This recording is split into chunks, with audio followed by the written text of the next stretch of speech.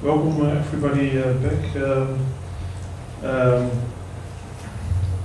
If you want to, you can chat during the conference on our site. It's we built it ourselves, the chat service. If you go to chat.bitconference.com, the next speaker is Assaf Shomer. He is all the way from Israel. If I'm right, you have been before in the Netherlands? I have, yeah. Yeah, and but you are now back. So we are very happy to have you here. And you also work in a, you have your own startup, and you provide cold storage solutions as Yes. well. So if people want to know more about it, talk to him after the presentation. Please,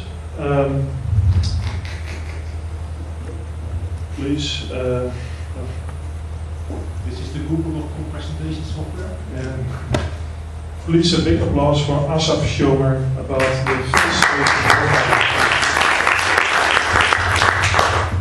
Thank you very much.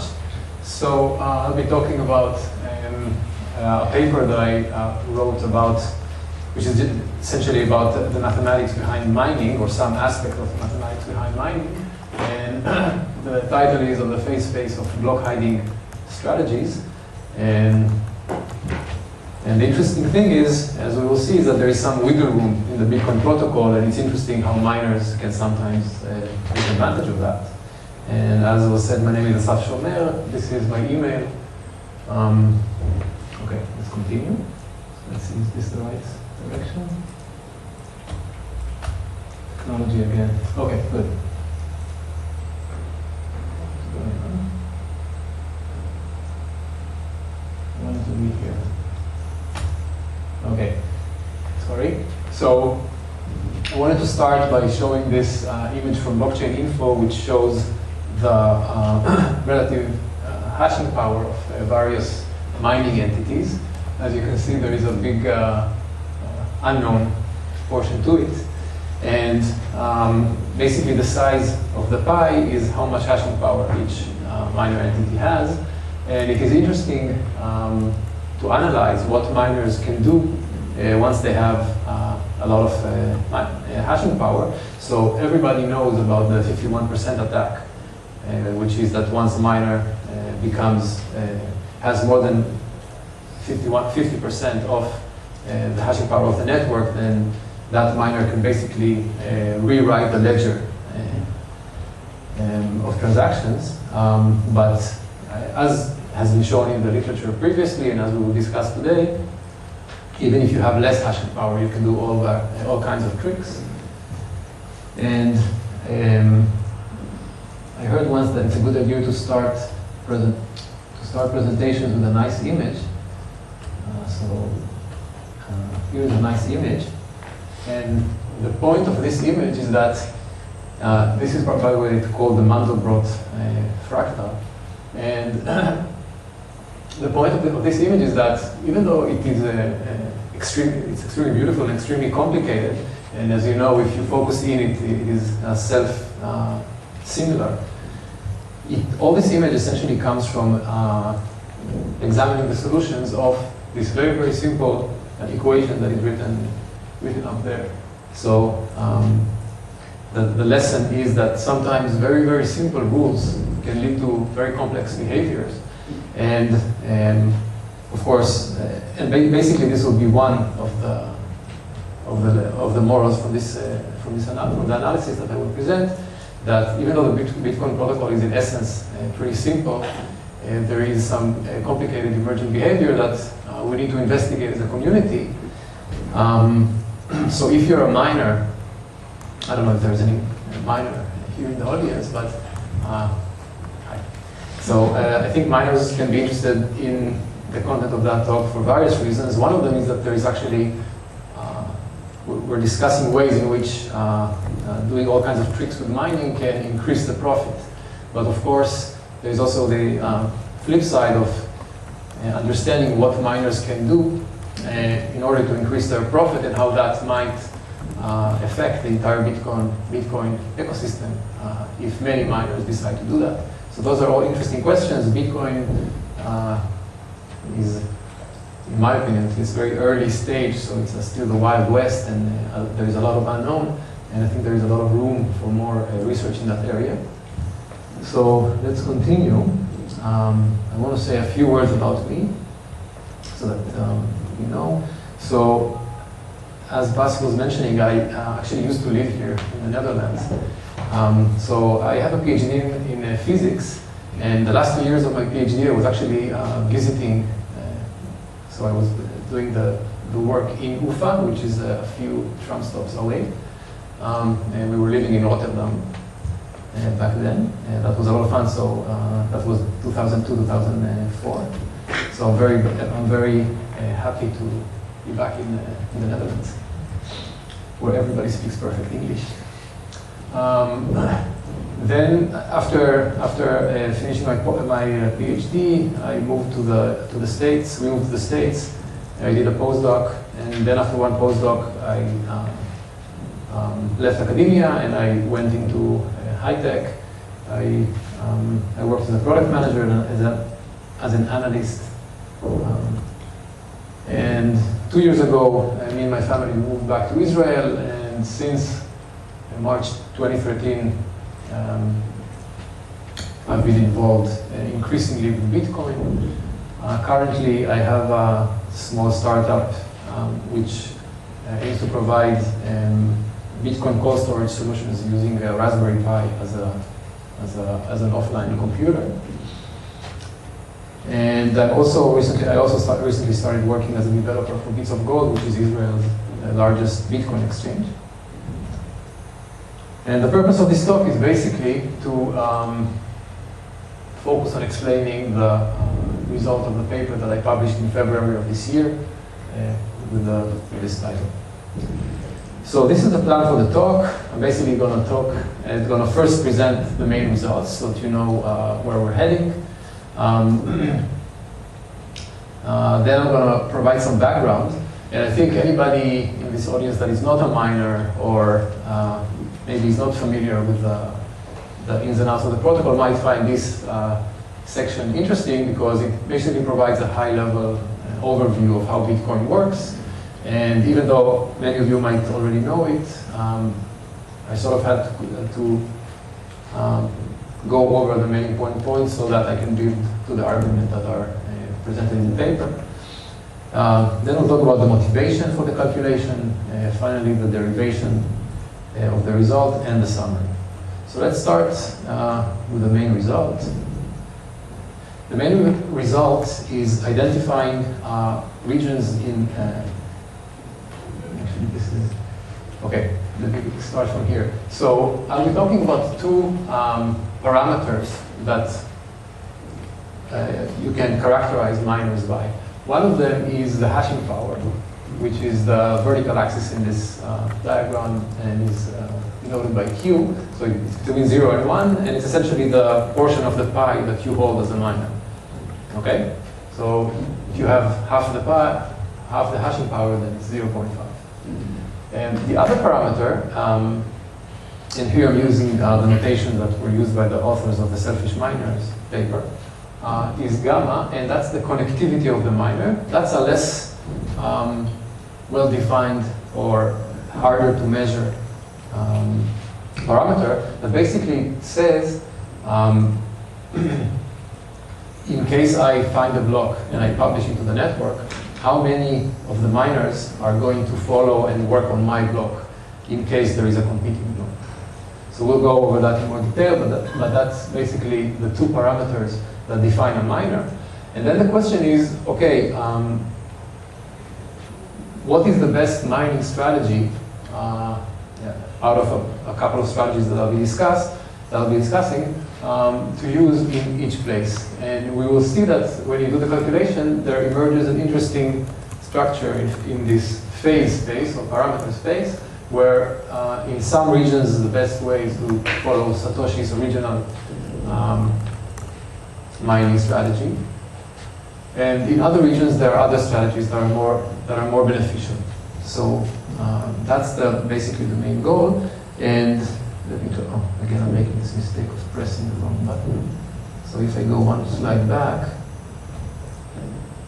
that was too much. Hold on. Yeah. So going back here, so basically I want to identify the regions in parameter space and tell you which mining strategy is most beneficial in each region, and also suggest a miner's influence parameter. So that I will talk about what that means towards the end of the talk, but just so that you know what's coming. So let's continue. Overview. So this now I'm going to start it might take like a 10-minute overview of how Bitcoin works, and maybe people who know less about that will find that interesting. So what is Bitcoin? It's the first and so far the main decentralized digital currency. Bitcoin is many things to many people, but I think most people will not argue that Bitcoin does represent a technological breakthrough in the fact that essentially a well-known and long-standing problem in computer science has been to some extent solved, and Bitcoin can allow for there to be a consensus about the transaction ledger, what we call the blockchain, without there being a central authority that essentially dictates or enforces the rules. So that's a very interesting solution, and of course, many argue that in fact Bitcoin or the currency is a very limited application of that much broader technology, and that there are many bigger things to do with this technology, and people are working on that, and the future will tell what actually will come. So how does Bitcoin work? How do we get this consensus about a transaction ledger without there being somebody that is running the show? So as you all know, there is a peer-to-peer network. The entire history of all transactions is duplicated at each node of the network. Transactions are transmitted to the entire network.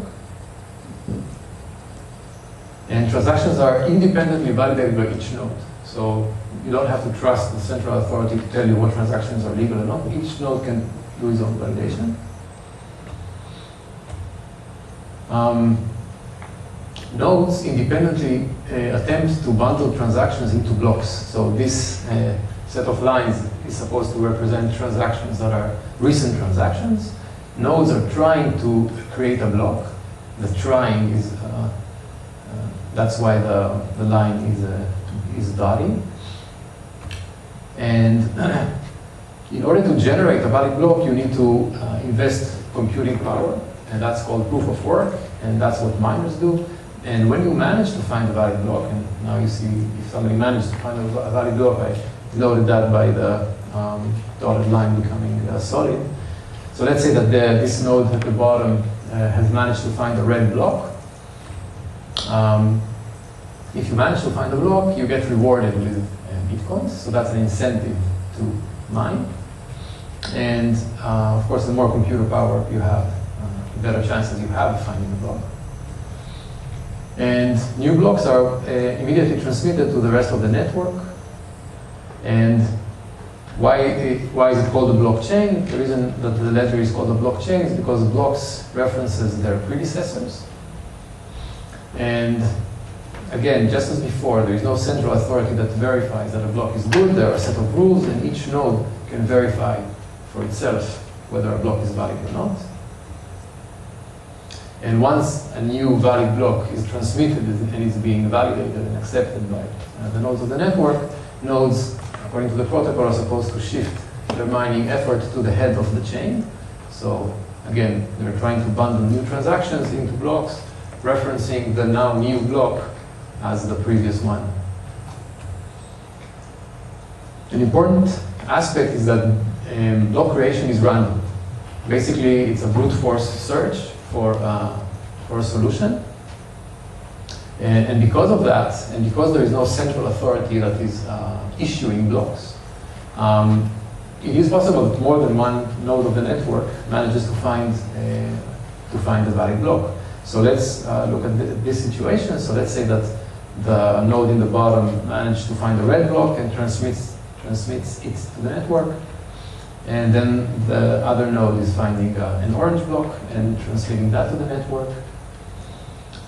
So what happens in that case is basically temporarily consensus has been broken, because now there is no overall accepted history in the network.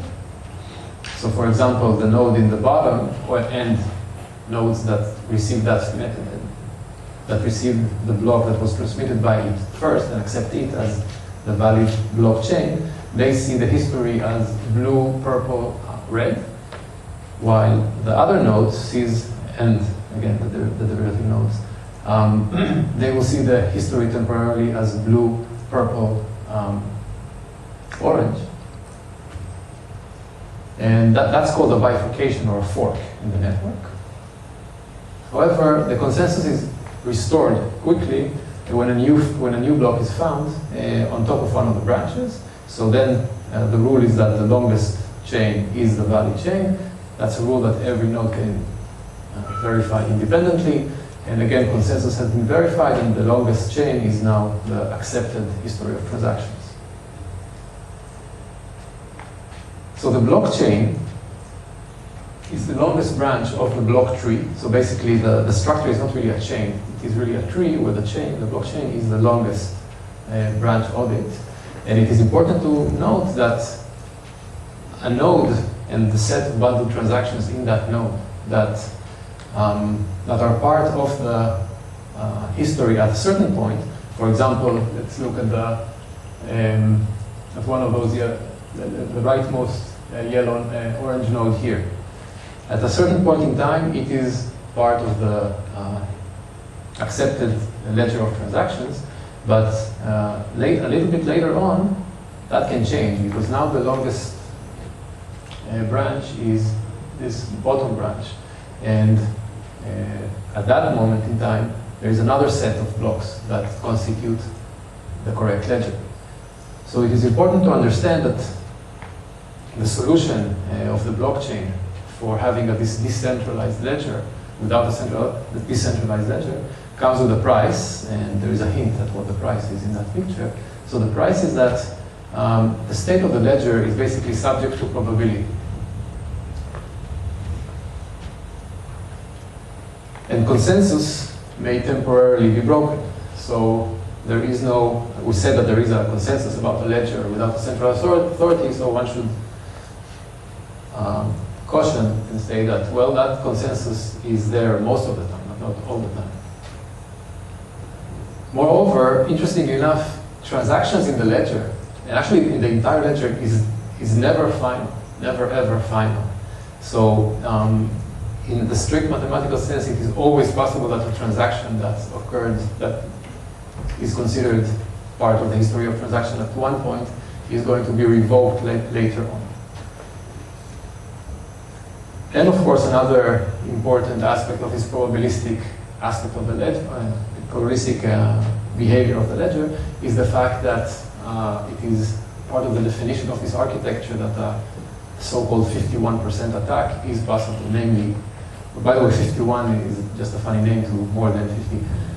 So once a miner, as we said before, once a miner has has a majority of the computing power in the network, it can essentially dictate the status of the ledger. So all this sounds pretty bad. However, it's not as bad as it sounds. Consensus breaking is usually quickly restored. So once a new block is found, consensus is restored, and it is exponentially unlikely in the length of in time basically that there will be an extended broken consensus of many blocks. Similarly, this was, of course, appears already in Satoshi's paper, the probability of changing history decreases exponentially with the number of confirmations. So if you wait for 6 or 7 confirmations, you already get very low chances that your transaction is ever going to be removed from the blockchain. And finally, Bitcoin has an incentive system. So basically, the fact that miners get coins which are worth money, so that they do the mining calculations, at least creates an incentive for miners to mine. And as we've seen in practice in the real world, there has been an arms race of increasing the mining power all the time, and it's still going on. And a consequence of that is the fact that the Bitcoin network becomes more and more secure in the particular sense that there is a higher and higher price tag in US dollars, say, on running a 51% attack. Okay, so it's not that it becomes impossible, of course, but you will need more and more money in order to do it. And of course, what one means by 51% attack is also, there is all kinds of misconceptions about it. You don't necessarily need to own more than half of the computing power of the network. Depends on what kind of attack you are doing. You can have a lot of power for a short time to create a short disturbance. But whatever it is, the more the bigger the hashing power of the network becomes, the more expensive any attempt to attack it become. And it seems, at least currently, in the last few years, that the incentives are working towards enforcing the security of the Bitcoin system. So let's now talk about the motivation of the research. Here I have an excerpt from the Bitcoin protocol from Nakamoto. And basically, I'm sure you all looked at it at one point or another and read it. So essentially all the things that I described before, the pictures, are written here line by line. And as we said, the basic idea here in the design of Nakamoto was, the motivation was to eliminate trust, right? The idea was to decentralize, and so that we don't have to trust the central authority. And we already discussed what is the price that we're paying for it. But the interesting thing is that there are these entities which are the nodes or the miners, and one needs to ask, do you need to trust the miners to follow the protocol? Because that sort of introduces another level of trust into the system, even though the miners, in a sense, are a tool to avoid trust. Do we need to trust them? So you can say, well, you don't really need to trust them because the Bitcoin protocol is backed by very strong cryptography, so they can't really cheat, right? I mean, let's say a miner decides, okay, I don't want to relay messages. So, okay, don't relay messages, but if most of the miners relay them, they will still propagate through the network. So that won't do that miner very much. And if the miner tried to inject invalid transactions or to cheat in terms of proof of work, it won't work just because all the other nodes are validating them independently. They don't need to trust the work of anybody else. So all that will happen is that those transactions or those blocks will be rejected by the network, and again, the miner cannot effectively cheat that way. However, I mean, there is still the question of, there is the protocol, which is this set of words, and then there is the actual technical implementation in terms of software. So there is an interesting wiggle room in those lines, and I'm going to highlight 2 sections here and read them. So note number 4, point number 4 says, when a node finds a proof of work, it broadcasts the block to all nodes. And down below it says, nodes always consider the longest chain to be the correct one and will keep working on extending it. So these are, I mean, when they're written here, it's like, it's a little like reading the Bible in the sense that it's like a moral obligation. But is there anything that actually enforces that? So there is no built-in mechanism to enforce miners to publish blocks that they find. And also there is no built-in mechanism to force them to work on the head of the publicly known chain. In principle, each miner can do whatever he or she wants, and as long as they follow the rules in terms of proof of work and valid transactions, I mean, nobody can stop them from not publishing their blocks or publishing them later. So it is essentially this type of wiggle room that we will be analyzing. So the miner's behavior that I will be discussing is called block hiding strategies. So what is a block hiding strategy? So nodes build a secret branch of the block tree and publish the secret branch opportunistically. And by that I mean they try to increase their profits. So they're basically doing a calculation. I will, as opposed to what is said, to what is written in the gospel, which is when you find the block, you publish it immediately. Instead of that, you find a valid block, but then you hold on to it and publish it whenever you see fit, according to what's best for you. And let's analyze, and we will analyze what's best. So I should say that this is by no means an original theme of mine. In fact, in the original Nakamoto paper, he's analyzing the double spend attack, which is a kind of a block hiding strategy. And there's been other work following up on that in greater detail and accuracy. There's also been extensive discussions in forums about mining cartels and related issues.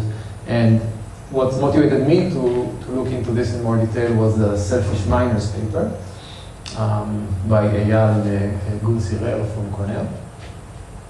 So I will basically, this motivated my research, and I will also, as I said, be using their notations. And there's been definitely others, and you can look in my paper for more references. So the goal of the paper is to generalize the analysis of the existing analysis of block hiding strategies, and try to figure out between, I identify a bunch of block hiding analysis, and I try to figure out which one is most beneficial for the miner. So this is the same, this is the goal that we're working towards. And now we're going to actually do the derivation. So I'm going to talk about 3 mining strategies. The first mining strategy is the standard mining strategy, which is one discussed before. That's what Satoshi Nakamoto writes in his paper, in the white paper. So basically, there is no, you follow Satoshi's protocol, there is no hidden branch. And the chances of success of finding the next block are basically directly proportional to your hashing power. The first non-standard block hiding, the first block hiding strategy I will be discussing, is I call it type 1, and it's a mnemonic that I will explain in a second, and I call it try to win. So let's see what that means. This is the blockchain, and the miner that is mining according to this block hiding strategy is working on a private branch. So here is the private branch. The miner publishes the private branch when he manages to make it longer than the public branch. So the fact that there is this extra block here is why the reason I call it type 1. Once you get your private branch longer, you publish it, and then you collect the bitcoins that are associated with your private branch. Hence the motivation. The other mining block hiding strategy is a little bit more complicated, and I call it type 0 for a reason that will become apparent soon, actually the same reason. You'll see that it's the same type of notation. And I call it reach a tie and try to get help. So again, we have the public blockchain. The miner is working on a private branch. Here is the private branch. In this case, the miner is publishing the private branch when it is of the same length as the public branch. Hence 0, because it has advantage of 0. what happens in this at this moment? So we have two competing branches or a bifurcation in the network, like we saw before. Some miners are going to mine on top of A, the other miners are going to mine on top of B. If the branch that is, if the next block is going to be found on top of the B branch, then this strategy succeeds in the sense that now the state of the ledger is going to be, this is going to be the blockchain, and therefore the bitcoins are going to go to the miners of the private branch. So the question is, what is the best strategy? And again, there are two parameters here. One of them is the hashing power. And the other one is this connectivity. And what does connectivity mean? Now we have better understanding of it once we introduce this type 0. The idea is when you, let's see the next one. Again, just 1 second. Okay, just a second before we start the calculation. So let me go back to the type 0. The idea is, once you created a bifurcation, and some of the miners work on A, the other work on B, the question is, how many of the standard miners, the rest of the network, are going to mine on top of your competing private branch that you just published? Okay, so how many of those miners are going to work on top of B, as opposed to on top of A, in the drawing here? And again, this is a number between 0 or 1. Either nobody of them will, and you're the only one mining that branch, or all of them will, in which case you're guaranteed to win. So let's continue. Okay, this is backwards, so I need to go forward. What is the best strategy? Let's calculate. So here's a warning to anybody that doesn't like formulas. You can just sit back and relax. This is going to be a short section where I'm just going to present some formulas. Anybody that is interested in those formulas can go to the paper and get more details about them. And I will call you back when this section is over. Okay? Safe to close your eyes right now. So let's first of all talk about the assumptions and the notations. So this is of course, an idealized analysis. It doesn't aim to be exactly representing the real world. So there are, of course, no such clean situation. There is one miner that is employing one strategy and the rest are another strategy. So the assumption here is that, first assumption is that the total network hashing power is constant. So we're not taking into account what happens when, of course, over time, network hashing power can change. That adds a complication, and you're, of course, very welcome to pursue that direction. We're also assuming, just like Satoshi assumed in his paper, that network communication of messages, of the transactions and blocks are basically immediate, so that all the complications that were, for example, discussed by Aviv Zohar in the Ghost paper are, and others, we're not going to talk about them here. So we're assuming basically immediate communication.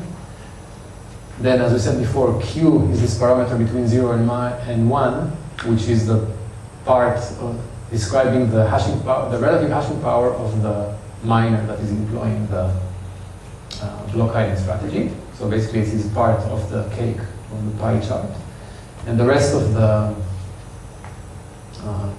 the system are mining according to the standard strategy, like the protocol says, and they, of course, have 1 minus Q relative hashing power. And finally, gamma, which is the notation that I borrowed from the Selfish Miners paper. That's the ratio of the standard miners that will work on extending the block hiding miner's secret branch in case of a type. That's in case of the type 0 minus strategy. So what are we calculating? We basically want to calculate a new block has been published, and a miner is starting to now work on a secret branch. So a miner can start working on a secret branch, and the question is, what is the best what will give him the highest probability of claiming the rewards for the next block? Will it be to just do the standard mining like everybody else, and then he has just Q? The probability of success is just Q, which is his relative hashing power, or maybe he should start working on a private branch in one of the strategies and do that and publish opportunistically according to the rules we discussed before. So again, the standard, the first option is the standard strategy where the probability of success of mining the next block, of getting the reward for the next block, is basically Q, your hashing power. For the non-standard strategy, we need two pieces of the puzzle. One of them is the negative binomial distribution, which basically describes what is the probability that the secret branch mines M blocks while during a time where the public branch has been extended by N blocks, and that's given by this nice formula here. And the other part is, let's say that we are in that situation that the public branch is longer by N minus M. The private branch is of length N, and the private branch is of length M. And starting from there, what is the probability that the secret branch manages to catch up and overtake the public branch by R blocks?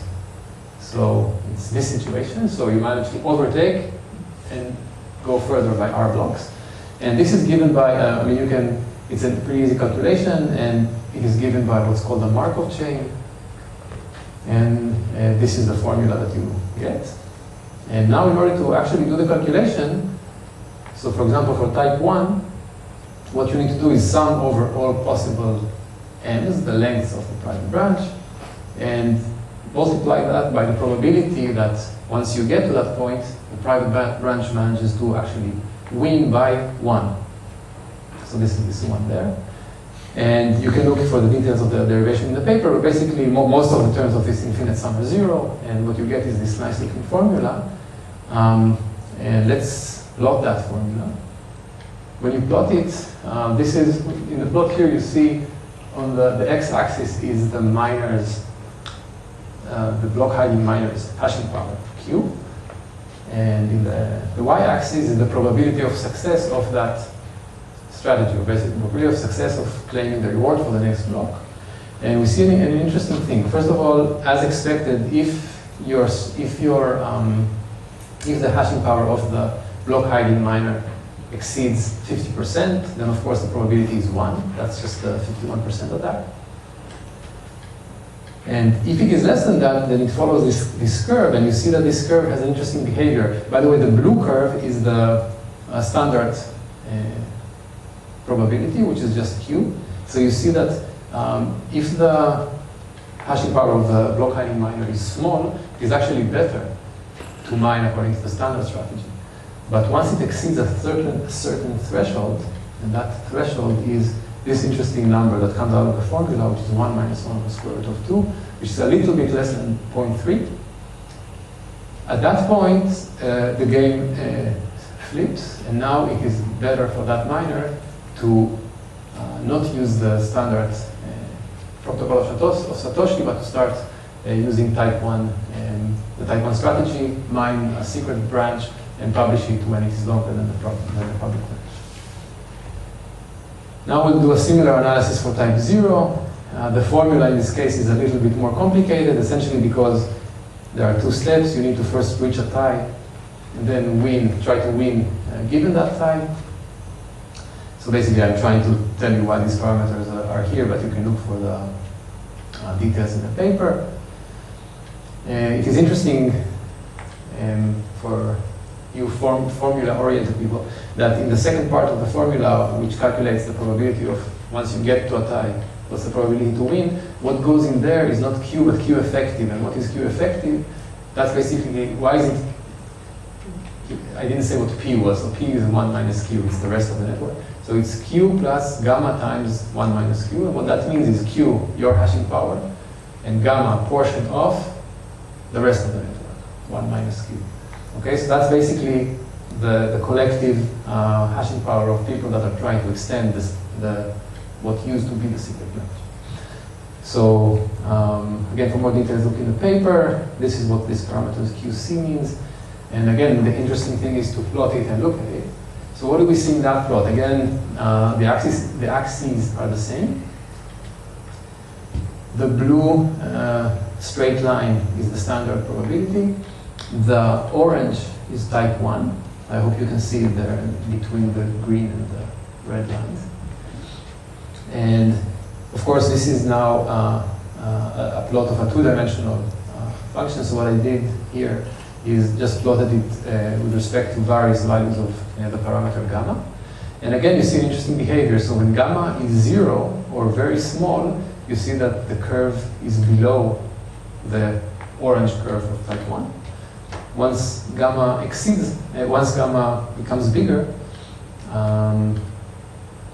the curve starts going above the orange curve, which represents type 1. And again, you see that the solution has these 3 regions. As before, if the hashing power is more than 50%, more than a half, it's just straight 1 because you are guaranteed to succeed by the 51% of that. If Q is small, then you initially get into a region which is dependent upon gamma. So for each gamma, you have a different length for that curve. And then there is the third region, which you hit at some point, which all gammas converge into, and that's this. Also this straight linear line with double the how do you say the angle? Forget. Okay, so I hope I convinced you that this, or at least demonstrated the relation between the pictures and the formula, and you're of course welcome to use Excel and get the same results. Technical part is over. Everybody that hates formulas can come back. And now, now basically what needs to be done once we have all these 3 formulas representing the probability is just to do the crunching of the algebra to see at in what region what is the best strategy. And if you do the math, and you can look in the paper for the details, what you get is this interestingly simple picture, considering the fact that it could have been a bit more complex. So what you see is for small values of the hashing power Q, or for small connectivity parameters, the best strategy for the miner is to just mine according to Satoshi's protocol. Once the miner becomes bigger, either having more hashing power or more connectivity or both, then there are, according to the regions, there are other mining strategies that are more beneficial. And that's interesting. I think, especially for a mining company, I think there is even money in it, in the sense that it's a way for them to increase the money. And of course, it's not that this analysis is not cannot be directly used, because of course it's a very sterilized analysis of like an ideal situation. But as Bitcoin mining becomes more and more professional, I think there is more and more room for this type of optimizations to take place. Let's continue. So here the standard strategy. And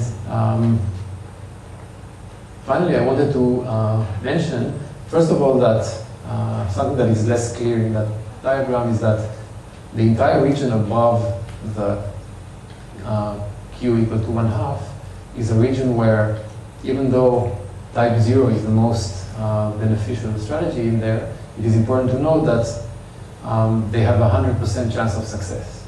So this is the 51% attack. If you have more than 50% of the hashing power of the system, you are guaranteed to win if you hold it for long enough time. And finally, as I mentioned, this is Oh, okay. Before that, I want to say something. So I talked in the beginning about the fact that there appears to be a minor's influence parameter. So that's just, if you look at this picture, you see that it seems to be a little bit symmetric or almost symmetric, if you have enough imagination, between Q and gamma. So it's not some wild curve, but it seems, I mean, it could have been like a semicircle there.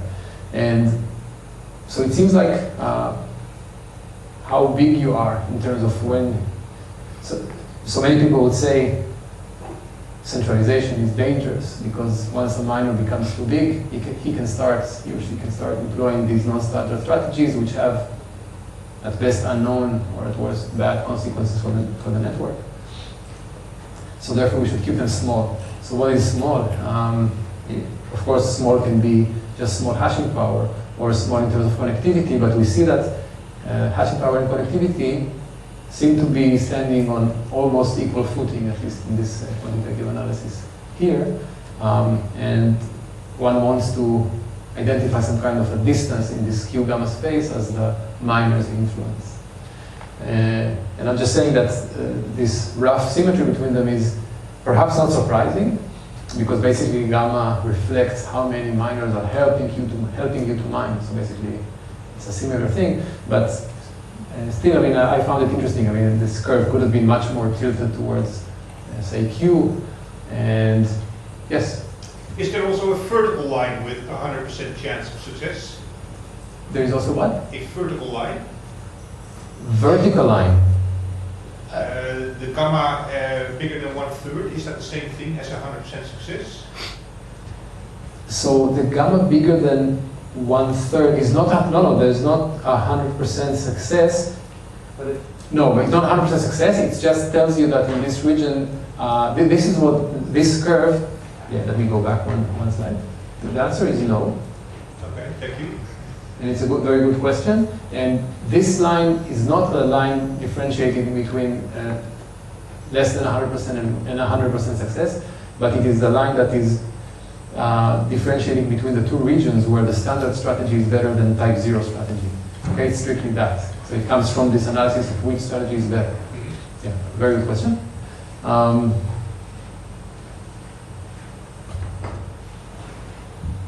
So that was this parameter, this minus influence thing. And finally, as I said, this entire research was motivated by the selfish miners paper. And in the selfish miners paper, they identify, so, I mean, their selfish mining strategy was in some metaphorical sense, some kind of a combination of this type 0 and type 1. They did some more complicated stuff. And it's interesting to see where their strategies fall into the phase space that we discovered here.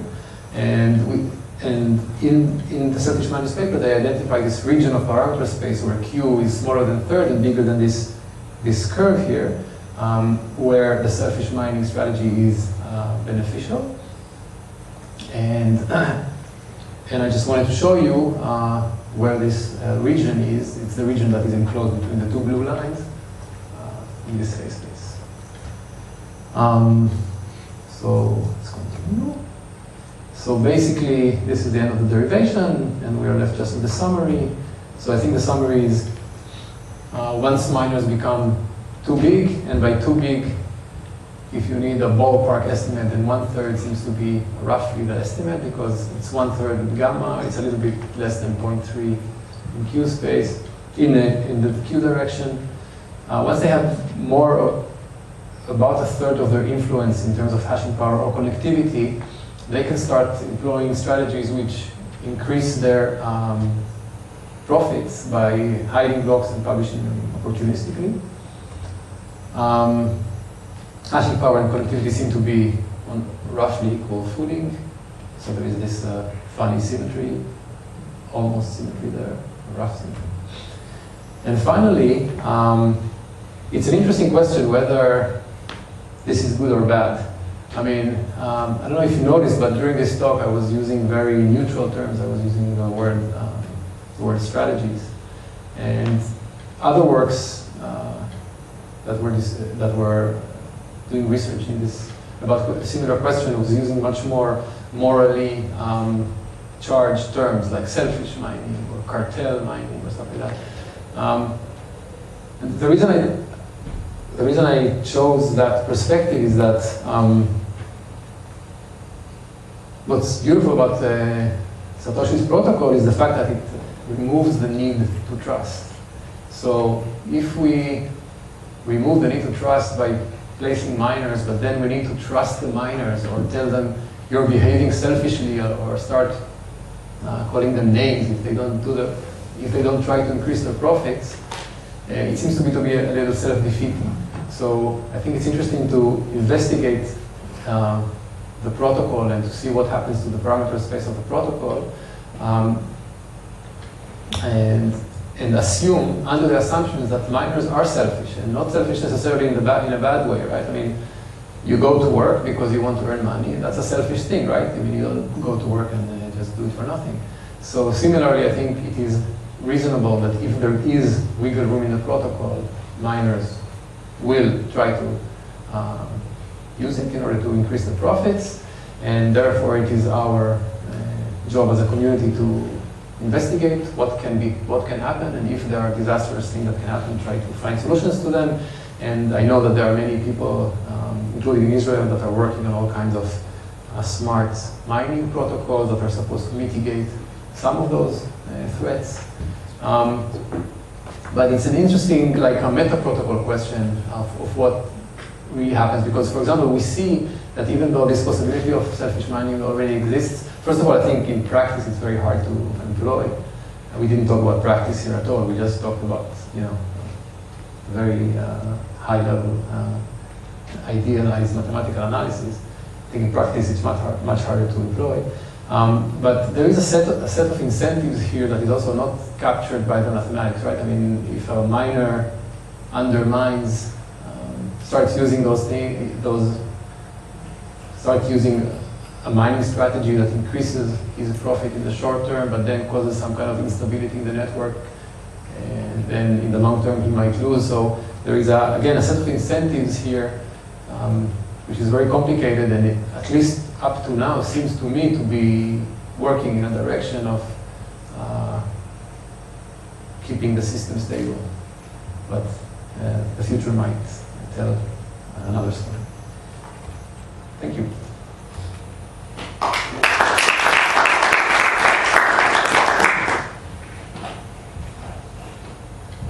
So, I believe in Ethereum, you speed up the...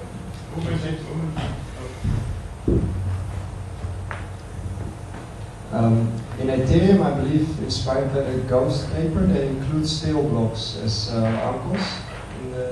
I was wondering, do you have an idea how that would influence your phase? Yeah, that's a very good question. I didn't do the math, so I don't have an answer for that. But I think it's a very interesting question. And in general, I think the Ghost protocol is just a very, very smart improvement, and should be more recognized in the community as such. Any more? Sure. Any more questions? Yes, I have a question. Yes, so you have mentioned something like gamma is never properly defined in the paper, so I have found no proper definition of gamma. So the question is like, can gamma be bigger than 0.5 in a meaningful way? Because in your colored graphs, the biggest gamma was 0.5, but on your later graph, you obviously, with the selfish mining, you have gamma going up to 1. I think gamma is always up to 1. Where is it the most 5.5? In one of the graphs, it was at most, before that, yeah, it was at most 0.5, yes, here. Oh, why don't you take a bigger value here? Because once gamma, Same pixels. yeah, no, it's not because of pixels. I think that's a very good question. I don't remember. Let's see what was the reason. Once gamma becomes a half, we're basically getting that QC is 1. Yeah. So once gamma becomes a half, we are in the third branch of the solution.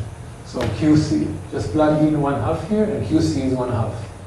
So then you're in the region 1/2 to 1. So basically, this is the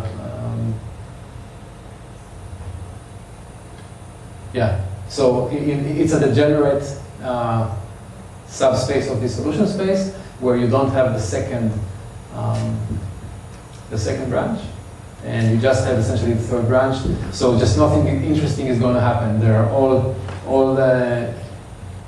the graphs are going to look the same as the gamma equal to 1/2, because it doesn't depend on Q anymore. Okay, so basically all the gamma equal to 1/2 graph encaptures this is the entire solution all the way to gamma equal to 1. Same fixes. So if you want safe pixels, yeah. graph, yes. It's the same graph, yeah, it includes it. Yeah, I should have actually said here gamma equal to gamma bigger than 0.5. You're right. Thank you.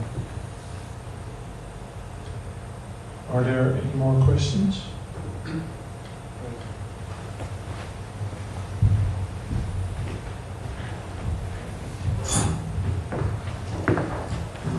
So if I understand correctly, gamma is the percentage of other miners or part of the network that the blocks get to, and that start helping building on top of it.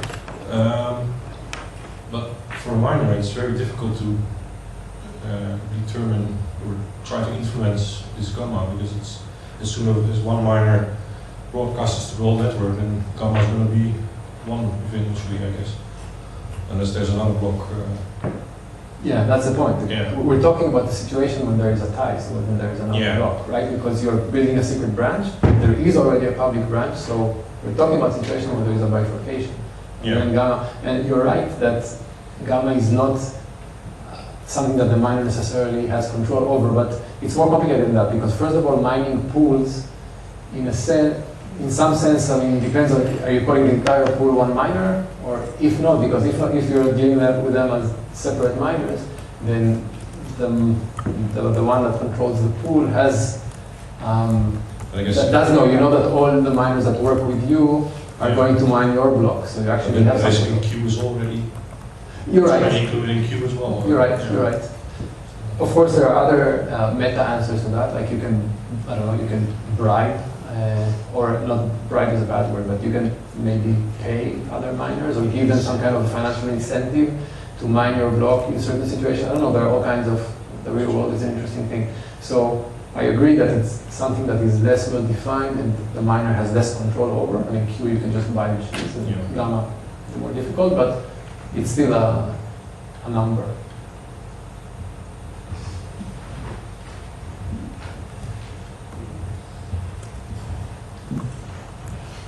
Any more questions?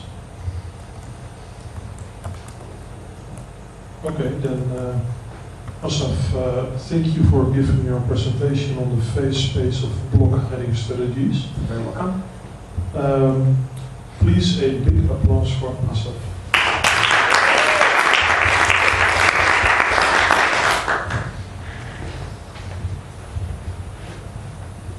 We will have a small break, and then we'll continue with the presentation of Nicolas Courtois on 51% attacks and such. So be back.